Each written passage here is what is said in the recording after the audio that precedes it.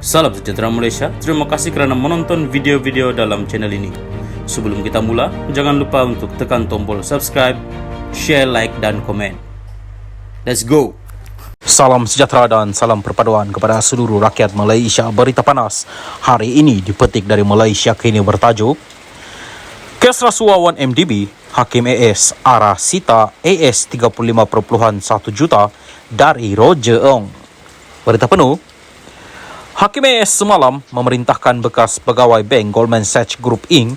Roger Ong melucutkan hak terhadap AS 35.1 juta bersamaan RM155.4 juta ringgit. Ini selepas mahkamah di New York itu menjatuhkan hukuman penjara 10 tahun terhadap Ong kerana membantu rompakan berbilion dolar daripada syarikat pelaburan negara One Malaysia Development Berhad 1MDB. Hakim Daerah AS Margo Bordai di Brooklyn menolak hujah Ong bahawa dia tidak lagi berhutang selepas melucutkan hak kepada Malaysia berpuluh juta dolar hasil daripada kegiatan jenayahnya itu. Peguam Ong, Mark Anjifelo juga berkata, anak guamannya warga negara Malaysia dan bekas ketua perbankan pelaburan Goldman di Malaysia telah kehabisan sebahagian besar asetnya. Brodai bagaimanapun berkata rampasan AS 35.1 juta itu tidak berlebihan mengikut perlembagaan. Dia juga berkata walaupun Ong kurang bersalah berbanding orang lain, dia memainkan peranan dalam salah satu jenayah kewangan terbesar sepanjang zaman, satu skim yang menyebabkan kemudaratan tidak ketara kepada keyakinan orang ramai terhadap demokrasi dan kerajaan. Agnifilo tidak segera menjawab permintaan untuk mendapatkan komen. Brodai menjatuhkan hukuman penjara terhadap Ong pada 9 Mac, 11 bulan selepas juri mendapati dia bersalah kerana membantu bekas bosnya, Tim Lesner, menggelapkan wang daripada 1MDB, melakukan pengubahan wang haram hasil jenayah itu dan menyogok pegawai kerajaan untuk memenangi perniagaan. Jolo, ahli perniagaan Malaysia dan disyaki dalang skim itu, turut didakwa tetapi masih bebas. Lesner berdepan hukuman pada 6 September.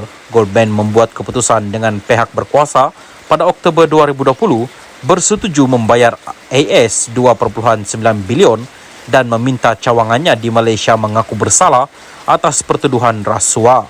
Bekas Perdana Menteri Malaysia Najib Razak sedang menjalani hukuman penjara 12 tahun selepas disabitkan di Mahkamah Malaysia kerana menerima AS 10 juta daripada bekas syarikat 1MDB.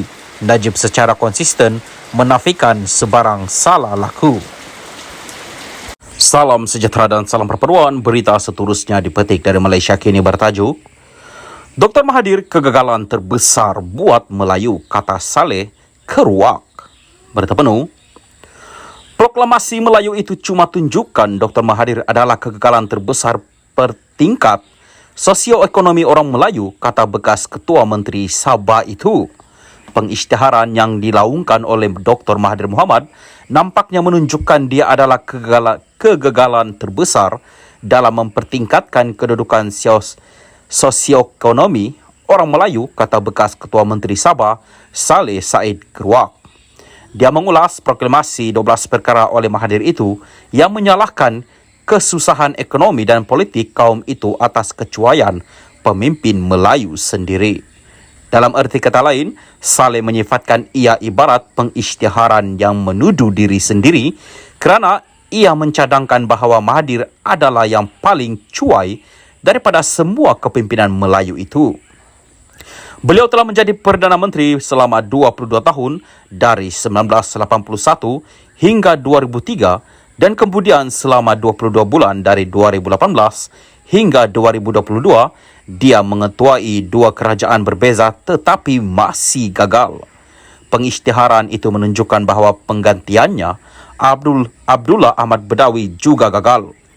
Orang yang disokongnya untuk menggulingkan penggantinya, Najib Razak, juga gagal.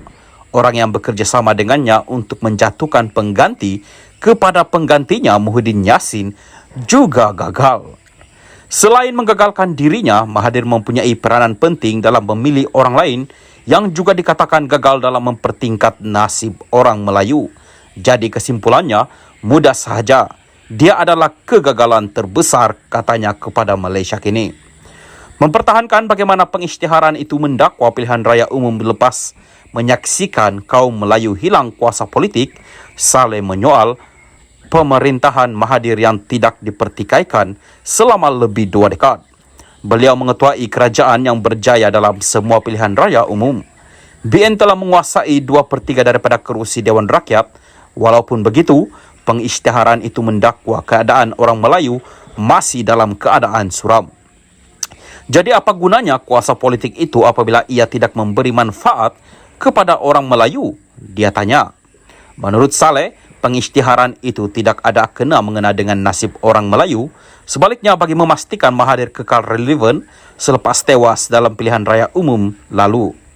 Namun demikian, bekas Ketua Menteri itu berkata proklamasi itu mencadangkan agar Anwar dan kerajaan gabungannya harus diberi pertimbangan sebagai harapan terbaik kerana gabungan ini belum diuji. Apa gunanya kembali kepada pemimpin seperti Mahathir yang menurut pengisytiharannya sendiri adalah pemimpin cuai yang gagal? Dia tanya. Oleh itu, Saleh berkata jika Mahathir tidak dapat menjadi sebahagian daripada penyelesaian, dia tidak sepatutnya menjadi sebahagian daripada masalah itu. Mahathir telah menyalahkan Anwar kerana beberapa premis membatalkan tempahan untuk mengadakan perhimpunan bagi melancarkan pengisytiharan itu. Antara lain, pengisytiharan itu menyatakan orang Melayu tidak pernah menguasai ekonomi negara ini. Gerai-gerai kecil mereka pun sudah diambil orang. Mutakhir, satu-satunya kuasa yang ada yaitu politik yang terlucut dari tangan mereka. Nasib orang Melayu kini dan akan datang tidak lagi dapat ditentukan oleh mereka. Puncanya kerana kecuaian pemimpin Melayu sendiri. Parti Melayu atas nama agama, bangsa dan negara sudah diseleweng menjadi parti untuk memewahkan diri. Rebutan jawatan dan wang telah menjahanamkan perpaduan bangsa Melayu. Lemahnya Melayu sehingga kedaulatan tanah air ini pun bakal terlepas dari tangan mereka. Masa depan Melayu kini amat gelap. Kemiskinan memaksa orang Melayu menjual tanah-tanah mereka.